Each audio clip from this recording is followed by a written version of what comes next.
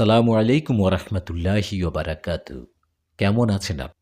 জান্নাত সম্পর্কে কুরআন ও হাদিসে অসংখ্য বিবরণ রয়েছে, যেখানে বলা হয়েছে যে এটি এক চিরস্থায়ী সুখের স্থান, যেখানে জান্নাতবাসীরা সীমাহীন নিয়ামত লাভ করবেন। আসুন বিস্তারিতভাবে জান্নাতের নিয়ামত, হুরদের অবস্থান, ফেরেশতাদের আচরণ এবং জান্নাতের জীবন কেমন হবে তা আলোচনা করি।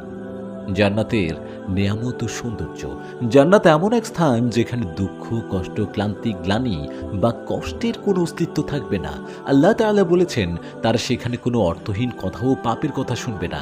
তারা শুনবে শুধু সালাম, শান্তির বাণী। সূরা আল ওয়াকিয়া 25 থেকে 26 নম্বর আয়াত। জান্নাতের বিশেষ বৈশিষ্ট্য সমূহ: বিশাল ও বিস্তৃত বাগানসমূহ, যার নিচ দিয়ে নদী প্রবাহিত হবে। চিরতরে তাজা ও সুস্বাদু ফলমূল, যা জান্নাতবাসীরা ইচ্ছে মতো ভোগ করবেন। সুবর্ণ ও মুক্তার তৈরি প্রাসাদ, যা দুনিয়ার কোনো সম্পদের সঙ্গে তুলনা করা যাবে না। সিলমোহর করা সুগন্ধিযুক্ত পানীয়, যা পান করলে তারা পূর্ণ প্রশান্তি লাভ করবেন। তারা রেশমি পোশাক, সোনার কঙ্কন ও মণি মুক্তার অলঙ্কার পরিধান করবে। আল্লাহ তাআলা বলেন, তারা সেখানে সোনার কঙ্কন ও মুক্তার দ্বারা অলঙ্কৃত হবে এবং তাদের পোশাক হবে রেশমি। সূরা আল হজ 23 নম্বর আয়াত।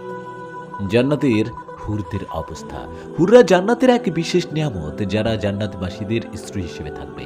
তারা হবে অত্যন্ত সুন্দরী, স্বচ্ছ ও নরম কোমল ত্বক বিশিষ্ট এবং সব ধরনের অপবিত্রতা ও খারাপ দিক থেকে মুক্ত। আল্লাহ বলেন, আর তাদের জন্য থাকবে বিশুদ্ধ সঙ্গিনীরা এবং তারা সেখানে অনন্তকাল থাকবে। সূরা আল বাকারা আয়াত নম্বর 25। হুরদের বৈশিষ্ট্য: তাদের রূপ হবে অপরূপ, তারা হবে স্নিগ্ধ, কোমল ও সুন্দর দৃষ্টি সম্পন্ন। তারা হবে চির যৌবনা ও কোমলী, কখনো বার্ধক্যের ছাপ আসবে না তাদের। তারা শুধু তাদের স্বামীদের জন্য থাকবে, অন্য কাউকে দেখবে না বা অন্য কাউকে নিয়ে ভাববেও না। তাদের গায়ের রং হবে উজ্জ্বল ও দুধের মতো স্বচ্ছ। তারা থাকবে সুরক্ষিত মুক্তার মতো, যা কোনো কলুষতা বা খারাপ প্রভাব থেকে মুক্ত। জান্নাতবাসীদের জীবনযাত্রা। জান্নাতে জীবন হবে সম্পূর্ণ স্বাচ্ছন্দ্যময় ও সুখের। তাদের কাজ থাকবে শুধু আল্লাহর দয়া ও রহমত উপভোগ করা এবং তার প্রশংসা করা। জান্নাতবাসীদের জীবনযাত্রার বৈশিষ্ট্য: তারা কখনো ক্লান্ত হবে না, ঘুমের প্রয়োজন হবে না, সেখানে ক্ষুধা ও তৃষ্ণা থাকবে না, কারণ আল্লাহ তাদের জন্য সব ব্যবস্থা করবেন। তাদের কোনো রোগ, দুঃখ বা কষ্ট থাকবে না। তারা পরিবার ও ভালোবাসার মানুষদের সঙ্গে মিলিত হবে।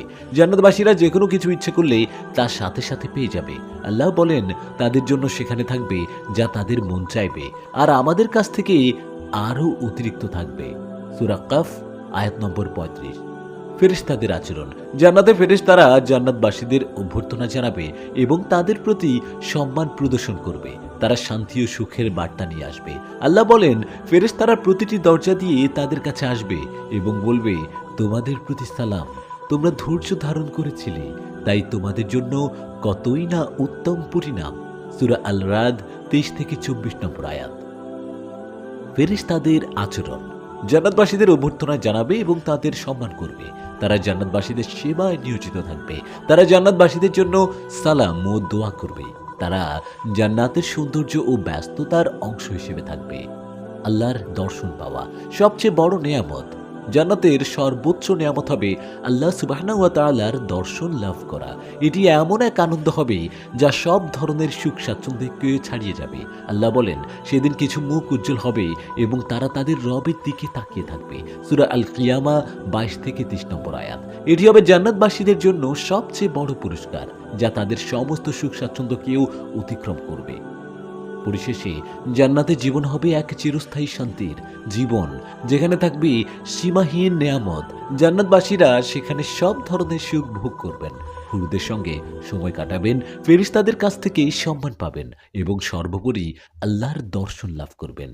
এই কারণে আমাদের উচিত আল্লাহর সন্তুষ্টি অর্জনের জন্য চেষ্টা করা, যাতে আমরা জান্নাতের এই অসংখ্য নিয়ামত লাভ করতে পারি। আল্লাহ আমাদের সবাইকে জান্নাতের উচ্চতম স্থানে পৌঁছানোর তৌফিক দান করুন। আমিন।